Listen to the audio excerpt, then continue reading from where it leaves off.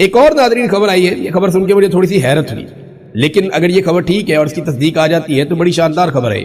پاکستان نے اس خبر کے مطابق ایران کو زمینی رستہ فراہم کیا ہے۔ وجہ یہ ہے کہ بہت سارا مال ایران میں پہنچ نہیں پا رہا کیونکہ امریکہ نے ایک ناکہ بندی کی ہوئی ہے، تو اب ایران کو زمینی مال کیسے پہنچے گا؟ اس حوالے سے پاکستان کی وزارت تجارت نے ایک نئے حکم نامے کے تحت ایران جانے والے کارگو کے لیے 6 سرکاری زمینی ٹرانزٹ کوریڈور کھول دیے ہیں۔ یہ رستے کراچی، پورٹ قاسم اور گوادر کو بلوچستان کی مختلف شاہراہوں کے ذریعے ایران کی سرحدی مقامات ہیں، تفتان ہے جیسا کہ، اور ایک اور ایریا ہے گبت، ان علاقوں کے ساتھ یہ جوڑتے ہیں۔ رپورٹس کے مطابق ایران جانے والے 3000 سے زائد کنٹینرز کراچی بندرگاہ پر اس وقت پھنس گئے جب انہیں لے جانے کے لیے مقررہ بحری جہاز پہنچ ہی نہیں سکے۔ اب ایران سے وہ آئیں گے تو لے کر جائیں گے نا اپنا مال، اور اب ان کنٹینرز کو ٹرکوں کے ذریعے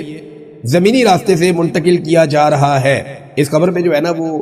امریکن اور ان کے سہولت کار اور جو لوگ اسرائیل کو پسند کرتے ہیں یا ایران سے نفرت کرتے ہیں مغربی ممالک میں جتنے بھی لوگ ہیں، وہ اس کے اوپر بڑا سخت رد عمل دینے اور کہنے ہیں پاکستان نے ہمارے ساتھ ڈبل گیم کی ہے، پاکستان کو ایران کو یہ کنٹینرز نہیں دینے چاہیے تھے۔ ابھی اس کی کوئی تصدیق ہے، سچ نہیں آ رہی، لیکن یہ خبر آئی ہوئی ہے اور خبر میں نے آپ کے ساتھ شیئر کر دی ہے۔ خبر کے مطابق یہ ہے کہ پاکستان کی وزارت تجارت نے یہ کوریڈورز کھولے ہیں اور ان کے مطابق ایران کو سپلائی ہو رہی ہے ان کے کنٹینرز کی، جو امریکن ناکہ بندی کی وجہ سے بحری جہازوں کے ذریعے ایران تک نہیں پہنچ پا رہے۔ ناظرین ایک آخری خبر جاتے جاتے آپ کو میں دیتا ہوں۔ یہ رشیا میں کیونکہ اس وقت ہیں ایران کے نائب وزیر دفاع، اور وہاں سے ایک سٹیٹمنٹ آیا، روسی وزیر دفاع آندرے نے نائب وزیر دفاع کے ساتھ ان کی ایک ملاقات ہوئی اور مذاکرات کے بعد انہوں نے کہا کہ ہم تنازع کو صرف اور صرف سفارتی ذرائع سے حل کرنے کی حمایت کرتے ہیں، ہم ایران کی خود مختاری اور علاقائی سالمیت کی حمایت کرتے ہیں۔ میں برادر ایرانی عوام اور ان کے مسلح افواج کے لیے ملک کو درپیش تمام خطرات پر قابو پانے کے لیے طاقت اور ہمت کی خواہش کرتا ہوں۔ ہم اس صورتحال کو حل کرنے کے لیے ہر ممکن کوشش کرنے کے لیے تیار ہیں، اور انہوں نے اعتماد کا اظہار کیا کہ ماسکو اور تہران صورتحال کی کسی بھی تبدیلی میں ایک دوسرے کی حمایت جاری رکھیں گے، حالات کچھ بھی ہوں ایران اور رشیا جو ہے وہ اکٹھے کھڑے ہوں گے۔ اور اس پہ شکریہ بھی ادا کیا گیا ایرانی نائب وزیر دفاع کی جانب سے۔ لیکن یہ سٹیٹمنٹ جو ہے، جو رشین وزیر دفاع ہیں وہ بڑا لمبا ہے ان کا، انہوں نے امریکہ کو کافی ٹارگٹ کیا اپنے سٹیٹمنٹ میں، تو رشیا کافی کھل کر ایران کے ساتھ کھڑا ہوا۔ کوئی اور ملک اس طریقے سے ایران کے ساتھ کھڑا نہیں ہوا جیسے روس نے اس سارے معاملے میں ایران کا ساتھ دیا۔ آپ اندازہ کریں یہ عمران خان صاحب سے سسٹم کتنا ڈرا ہوا ہے، کتنا خائف ہے، کتنا پریشان ہے۔ بھی اگر اس لیول پہ آپ پہنچ گئے ہیں اور آپ عمران خان کا مقابلہ نہیں کر پا رہے، اس کو آپ ڈرا ہوا نہیں دکھا پا رہے، اس کو آپ سرنڈر نہیں کروا پا رہے، وہ آپ سے ہار نہیں مان رہا، تو جا کے اس سے معافی مانگ لیں اور جا کے اس سے صلح کر لیں اور اسے بولے کوئی رستہ نکال کر دے۔ سیاسی آدمی ہے، وہ آپ کو کوئی نہ کوئی رستہ نکال کر دے بھی دے گا۔ لیکن جتنا آپ گرتے چلے جا رہے ہیں نا عمران خان صاحب کی مخالفت میں، کبھی عدت والا کیس لے آتے ہیں، کبھی سائفر والا کیس لے آتے ہیں، کبھی آپ اس کی تصویر پہ پابندی لگا دیتے ہیں، کبھی اس کی آواز پہ پابندی لگا دیتے ہیں، کبھی آپ اس کی ملاقاتیں بند کر دیتے ہیں، کبھی آپ اس کی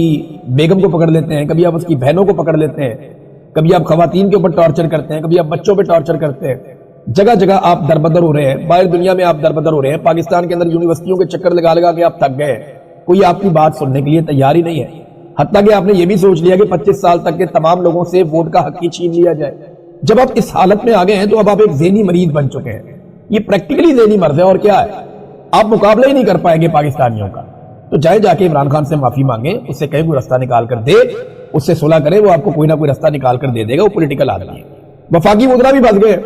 لیکن جو لوگ دن رات کرتے تھے کہ ہم آپریشن کریں گے، ہم ضرور آپریشن کریں گے، خیبر پختونخوا میں ملٹری آپریشن ہوگا، ملٹری آپریشن ہم ضرور کریں گے، کون روک سکتا ہے، کسی کا باپ بھی نہیں روک سکتا۔ دن رات ان کی تکبر بھرے جملے ہی ختم نہیں ہو رہے تھے۔ عمران خان صاحب نے جیل سے بیٹھ کر کہا کہ نہیں، ملٹری آپریشن مسئلے کا حل نہیں ہے، مسئلے کا حل ضرور ہوگا لیکن مشاورت کے ساتھ ہوگا۔ بیٹھو، سارے سٹیک ہولڈر سے بات چیت کرو اور یہ ڈرامہ بند کرو۔ پاکستانیوں کو مار مار کے، کولیٹرل ڈیمیج کر کر کے آپ کبھی بھی امن نہیں لا پائیں گے۔ عمران خان نے خود بتایا تھا، اس نے سلوشن کہا تھا، اور اب یہ سارے ملٹری آپریشن سے بھاگے ہیں۔ یعنی پہلے جو سارے بڑکے مار رہے تھے، قیدی نمبر 804 اکیلا کھڑا تھا، اس نے کہا جی میں آپریشن نہیں کرنے دوں گا، آج یہ سارے آپریشن سے بھاگ رہے ہیں۔ جناب ہم تو آپریشن کر نہیں رہے تھے، ہمارا تو ارادہ ہی کوئی نہیں آپریشن کرنے کا۔ ناظرین آپ اندازہ کیجئے کہ عمران خان جس کے نام کے اوپر کانٹا لگایا گیا تھا پاکستانی اسٹیبلشمنٹ کی جانب سے، ہر طرف آپ کو عمران خان کا نام ہی سنائی دیتا ہے۔ کوئی ایک بھی ٹاک شو ان کے بغیر مکمل نہیں ہو سکتا، کوئی ایک بھی ٹی وی چینل ان کے بغیر ایک دن نہیں گزار سکتا، ایک گھنٹہ نہیں گزار سکتا۔ تو ہر طرف عمران خان صاحب کا ہی تذکرہ ہے، کہیں پہ اپوزیشن بات کرے، حکومت بات کرے، پاکستان سے باہر بات ہو، جو لوگ ملتے ہیں، یعنی ابھی ایک چیز رپورٹ ہوئی ہے، میں ذاتی طور پہ تو کنفرم نہیں کر سکتا، لیکن چند صحافیوں نے یہ دعویٰ کیا کہ جب یہ یو اے ای کے حکمران آئے ہیں شکار کھیلنے کے لیے، تو وہاں پہ بھی جب حکومتی لوگوں کے ساتھ ان کی ملاقات ہوئی تو عمران خان کا تذکرہ وہاں پہ بھی ہوا۔ تو کوئی ایک جگہ ایسی نہیں ہے جہاں پہ عمران خان صاحب کا تذکرہ نہ ہو رہا ہو۔ اور یو اے ای کی جو حکمران ہیں ان کو اسلام آباد آنا چاہیے تھا اگر انہیں وزیر اعظم کو ملنا تھا، لیکن آپ یہ دیکھیں کہ وہ اپنی اس زمین پہ آئے جو ان کو لیز پہ ملی ہوئی ہے، یعنی وہ اپنی ہی ریاست میں آئے، ان کی اپنی پراپرٹی ہے، وہ ان کو لیز پہ ملی ہوئی ہے، وہ وہیں پر آئے اور یہ لوگ ان کو ملنے کے لیے وہاں گئے، وہ نہیں آئے ملنے کے لیے۔ تو یہ ایک فرق بھی آپ ذہن میں اپنے رکھیں۔ لیکن چلیں اچھی بات ہے کہ کاٹا جو لگایا جاتا ہے اسٹیبلشمنٹ کی جانب سے عوام اس کو مٹا دیتی ہے۔ فاطمہ جناح کے نام کے اوپر کاٹا لگایا گیا تھا، عوام نہیں مانی۔ ذوالفقار علی بھٹو کے نام کے اوپر کاٹا لگایا گیا تھا، آج بھی لوگ اس کے نام پہ ووٹ دیتے ہیں۔ کوئی ووٹ مانگے نا یحییٰ خان کے نام کے اوپر لتر پڑیں گے، کوئی پرویز مشرف کے نام کے اوپر ووٹ مانگ کے دکھائے، کوئی کسی بھی جرنیل کے نام کے اوپر ووٹ مانگے، دیکھیں لوگ ووٹ کہاں دیں گے، لوگ جرمانہ کر دیں گے اوپر سے، اور باقیوں کو بھی منع کریں گے ووٹ نہ ڈالنا۔ تو کاٹا لگانے والے جو ہے ان کے اوپر قدرت نے ہمیشہ کاٹا لگایا، بڑا کر کے کاٹا لگایا، اور جن کے ناموں کے اوپر کاٹا لگایا گیا قدرت ان کے ناموں کو زندہ رکھتی ہے۔ آج عمران خان صاحب بھی اسی صورتحال کا سامنا کر رہے ہیں۔ کہا گیا جی عمران خان کے نام کے اوپر ریڈ لائن لگ گئی ہے، کراس لگا دیا گیا ہے، کاٹا لگا دیا گیا ہے، لیکن اب آپ یہ دیکھیں کہ عمران خان کے بغیر نہ سسٹم چل پا رہا ہے، نہ نظام چل پا رہا ہے، حالات کہاں پہنچ گئے ہیں۔ میں ابھی آپ کے سامنے ایک ڈیٹا رکھوں گا، آپ حیران ہو جائیں گے، اور یہ ڈیٹا جو ہے وہ سرکاری اعداد و شمار ہے، میں کوئی اپنے سے ذاتی طور پہ نہیں بنا رہا ہوں، آپ کے سامنے ساری چیزیں میں ابھی رکھ دوں گا۔ لیکن ایک چیز آپ ذہن میں رکھیں کہ جو حکومت کا اور اپوزیشن کے بیچ میں جو مذاکرات چل رہے تھے، جس کو حکومت چاہتی ہے کہ وہ ناکام ہو جائے، صورتحال یہ ہے نا کہ اسٹیبلشمنٹ جانتی ہے بیرونی دباؤ بڑھتا جائے گا۔ اس کی وجہ یہ ہے کہ اب جو بائیڈن کا ہاتھ اسٹیبلشمنٹ کے سر کے اوپر نہیں ہے، تو عمران خان کو جس طرح وکٹمائز کیا گیا، جس طرح اس کے اوپر ظلم کیا گیا، وہ اب مستقبل میں نہیں کیا جا سکے گا۔ تو جب یہ سلسلہ رکے گا تو پھر عمران خان صاحب کو باہر لانا پڑے گا۔ اسٹیبلشمنٹ یہ بات جانتی ہے لیکن وہ مشروط رہائی چاہتی ہے۔ اسٹیبلشمنٹ کی وہ شرائط ہے نا، انہوں نے اپنی عزت بھی بچانی ہے، اپنا معاملہ بھی بچانا ہے، اپنی نوکریاں بھی انہوں نے محفوظ کرنی ہے، تو وہ عمران خان صاحب سے مشروط طریقے سے آمادگی لے کر ان کو رہا کرنا چاہتے ہیں۔ حکومت چاہتی ہے کہ جتنا میکسیمم ہو سکے عمران خان صاحب کو اندر رکھا جائے، کیونکہ جو عمران خان صاحب کی مقبولیت ہے، اس مقبولیت کے عالم میں اگر وہ باہر آ گئے تو پاکستان کی ساری سیاست ان کی مٹھی میں آ جائے گی اور فیصلے وہ کرنا شروع ہو جائیں گے۔ اب عمران خان صاحب کو اگر آپ دیکھیں تو وہ شرائط ماننے پر تیار نہیں، وہ جیل میں مزید ٹائم گزارنے پر بھی آمادہ ہیں۔ اب حکومت مذاکرات کو ناکام کرنے کے لیے جو کمیٹی ہے،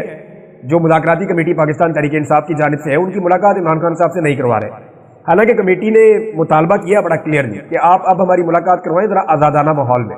جہاں پہ اداروں کی نگرانی نہ ہو، جہاں پہ آڈیو ویڈیو ریکارڈنگ نہ کی جا رہی ہو، تاکہ کھل کر اپنے لیڈر کے ساتھ ہم ڈسکشن کریں، انہیں بتائیں جناب کہ کیا صورتحال ہے،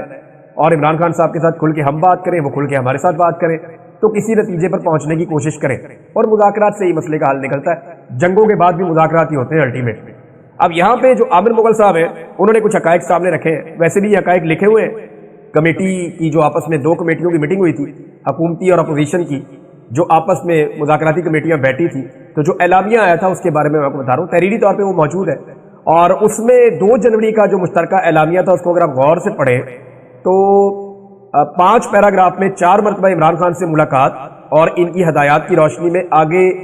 بڑھنے کا ذکر ہے، یعنی 4 مرتبہ عمران خان صاحب کا نام لے کر کہا گیا کہ ان سے ملاقات بھی ہوگی اور ان کی ہدایات میں آگے بڑھا جائے گا۔ لیکن حکومتی کمیٹی کی بے بسی آپ یہاں سے اندازہ لگا لیں کہ ابھی تک پاکستان تحریک انصاف مذاکراتی کمیٹی کی عمران خان سے ملاقات کا اہتمام نہیں کیا جا سکا۔